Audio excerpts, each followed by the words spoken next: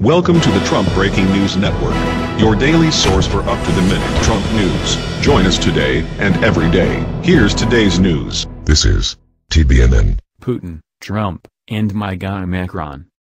By Tyler Durden.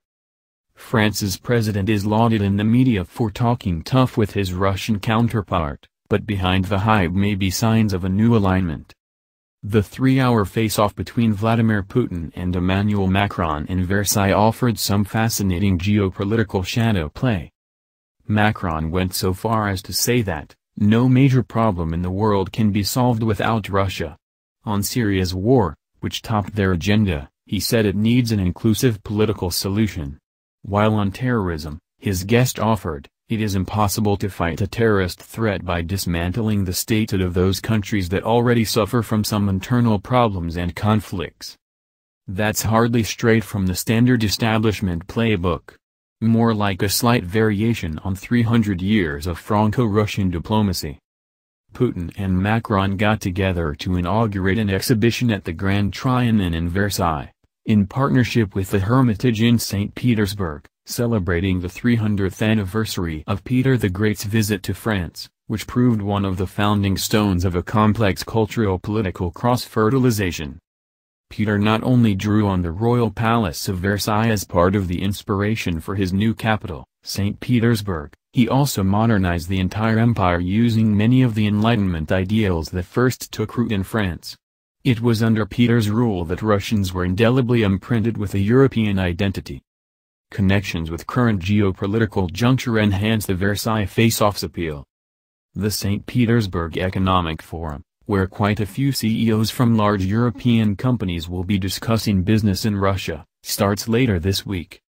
Late last week, a NATO summit in Brussels and a G7 summit in Taormina busted open deep divisions in the Western Front, essentially pitting the EU against Donald Trump.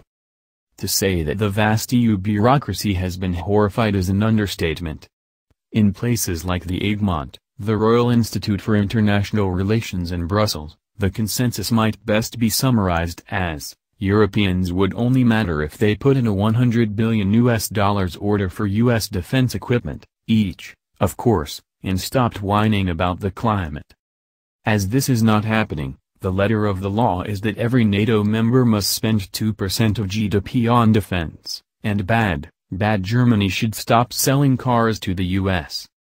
No wonder then that a common European viewpoint is begging to emerge after some serious discussions inside the EU, which is that the only way out is for Europe to get its act together, politically, economically and militarily. And it's up to the Franco-German power couple to show the path to the region's real strategic autonomy. That's the gist of the extraordinary statement by Chancellor Angela Merkel, the times in which we can entirely depend on others are gone. This, I have experienced in the last few days. We Europeans must take our destiny in our own hands. This would suggest that not only are there a few icebergs blocking the Atlanticist channels, there must also be a serious reappraisal underway of Europe's relationship with Russia. There are no significant German or French business interests that want sanctions against Russia to persist. Merkel could not have gone out on this limb unless she was fully supported domestically, and prepared to position the economic might of Berlin at the vanguard of this reformation.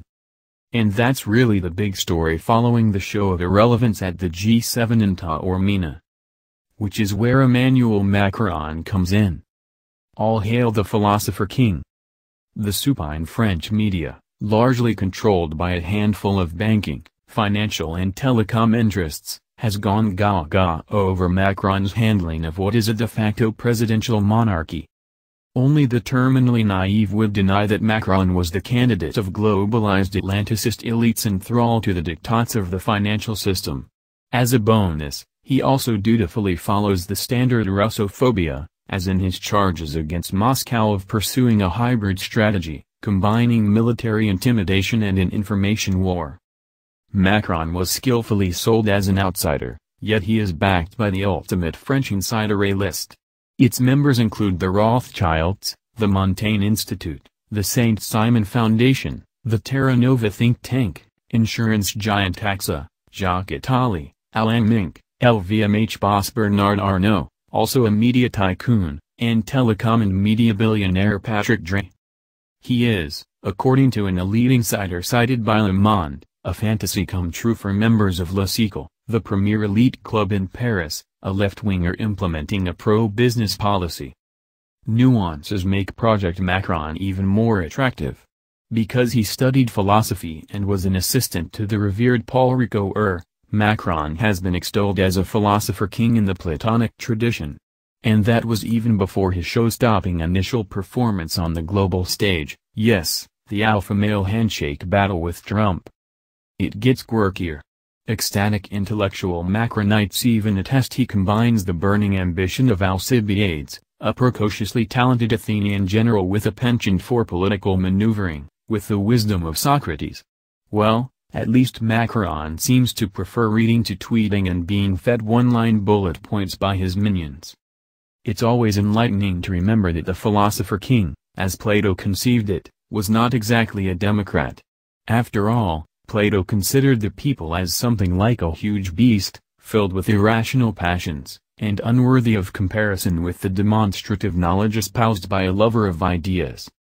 Macron's unbridled, Platonic ambition should not be underestimated. Putin, a master of cunning, did detect it in Versailles. Trump tried to charm him, calling Macron my guy in the presidential race. Macron, described by his circle as supremely confident, is sure he may be able to bend Merkel, arguably a decaying quantity, into a leader of the West philosopher king role. No wonder Macron is an EU superstar. He is seen as a savior because he embodies their ultimate wishful thinking that one day, inside the EU, inside the UN, in the G7, and even in NATO, globalized Europeans will be undivided on defense, trade, foreign policy, and their own interests. That's the news. Join us here every day. Be sure to subscribe and click the bell. See you next time. This is TBNN.